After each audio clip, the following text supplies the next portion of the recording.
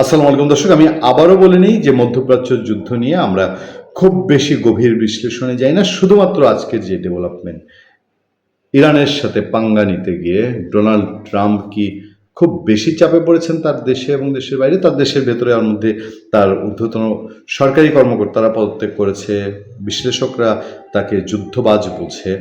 সেই সময় ইরান যে পলিসি নিয়েছে, যেভাবে সে এই যুদ্ধ মোকাবেলা করছে, তাতে করে ডোনাল্ড ট্রাম্প কি একটু হিমশিম খেয়েছেন? আজকে যে খবরাখবরগুলো পত্রপত্রিকা আছে, প্রতিটা খবরই খুব ইন্টারেস্টিং এবং মজাদার। ইন্টারেস্টিং মজাদার এই সেন্সে যে আমেরিকা লেজ গুটিয়ে নিচ্ছে কিনা, যুদ্ধ বন্ধে উভয় পক্ষের চুক্তিতে সম্মত হয়েছে ট্রাম্প। ট্রাম্প বলছে তারা উভয় পক্ষ চুক্তিতে সম্মত হচ্ছে। ট্রাম্প নাকি ইরানের কোনো একজন ধর্মীয় বিশেষ ব্যক্তির সাথে উনি কথা বলেছেন। ইরান অস্বীকার করলেও আলোচনা হয়েছে বলে অব্যাহতভাবে দাবি করে যাচ্ছেন মার্কিন প্রেসিডেন্ট ডোনাল্ড ট্রাম্প। এবার তিনি বললেন উভয় পক্ষ যুদ্ধবন্ধে চুক্তি করতে রাজি হয়েছে। এটা ট্রাম্প ওয়াশিংটন ফ্লোরিডায় বলেছেন এই কথা। ইরানের সঙ্গে আলোচনার কথা বললেও ট্রাম্প যোগ করেছেন যে তিনি কোনো চুক্তির গ্যারান্টি বা নিশ্চয়তা দিতে পারছেন না। এই যখন খবর, তখন আরো খবর আছে। পিছু হটল যুক্তরাষ্ট্র, ফলপ্রসূ আলোচনার দাবি ট্রাম্পের। ইরান বলছে যোগাযোগই হয়নি। চারদিকে মানুষের উৎসুক নজর এদিকে। ইরানের সঙ্গে যুদ্ধ বন্ধে খুব ভালো ও ফলপ্রসূ আলোচনা হয়েছে বলে দাবি করেছেন মার্কিন প্রেসিডেন্ট ডোনাল্ড ট্রাম্প। তিনি জানিয়েছেন গত দুদিনে ইরানের সঙ্গে তার প্রশাসন মধ্যপ্রাচ্যে তাদের শত্রুতার সম্পূর্ণ ও চূড়ান্ত সমাধানের বিষয়ে অত্যন্ত ভালো ও ফলপ্রসূ আলোচনা করেছে। নিজের ট্রুথ সোশ্যাল পেজে সম্পূর্ণ বড় হাতের অক্ষরে দেয়া এক বার্তায় তিনি বলেন, এই গভীর, বিস্তারিত এবং গঠনমূলক আলোচনার ধরন ও সুরের উপর ভিত্তি করে যা পুরো সপ্তাহ জুড়ে চলবে, আমি যুদ্ধ বিভাগকে ইরানের বিদ্যুৎ কেন্দ্রে এবং জ্বালানি অবকাঠামোর উপর যে কোনো এবং সমস্ত সাময়িক হামলা 5 দিনের জন্য স্থগিত করার নির্দেশ দিয়েছি। তবে এটি চলমান বৈঠক ও আলোচনার সাফল্যের উপর নির্ভরশীল।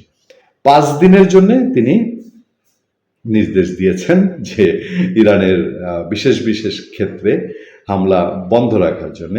তো এই খবরটা চারদিকে একটা আশার আলো তৈরি করেছে যে কিছুটা ট্রাম্প কি একটু পিছু হটছেন, যুদ্ধ হয়তো থামবে। যুক্তরাষ্ট্রের সঙ্গে কোনো আলোচনা হয়নি, ট্রাম্পই পিছু হটেছেন বলছে ইরান।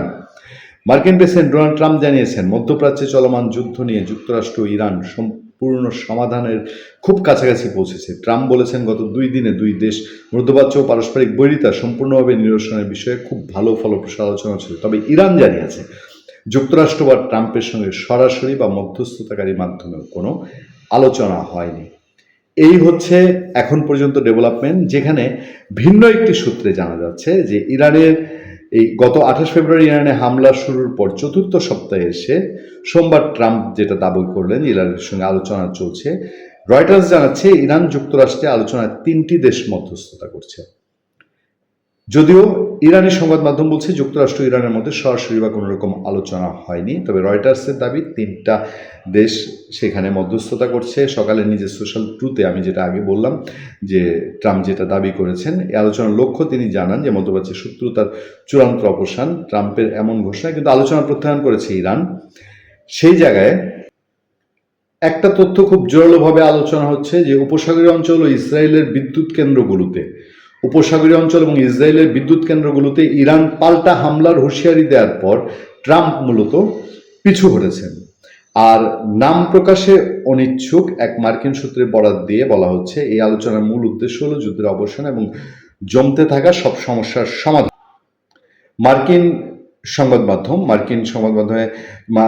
মাধ্যম এক্সিওসের বরাতে রয়টার্স জানায় 3টি দেশ এই সংকট নিরসনে মধ্যস্থতা করছে। দেশগুলোর প্রতিনিধিরা হোয়াইট হাউসের দূত স্টিভ উইটকফ ও ইরানের পররাষ্ট্রমন্ত্রী আব্বাস আরাকচির সঙ্গে পৃথকভাবে বৈঠক করেছেন। যাক, যদি শান্তির রেখা ফুটে ওঠে, বহু কৌশল থাকে ভেতরে, কিন্তু ট্রাম্পের এই পিছু হটা নিশ্চিতভাবে সারা বিশ্ব সভ্যতার জন্য একটা ইতিবাচক পথ হবে। যদি ট্রাম্প পিছু হটে থাকে, ট্রাম্প যদি এখানে আর কোনো কটু কৌশল নিয়ে থাকে।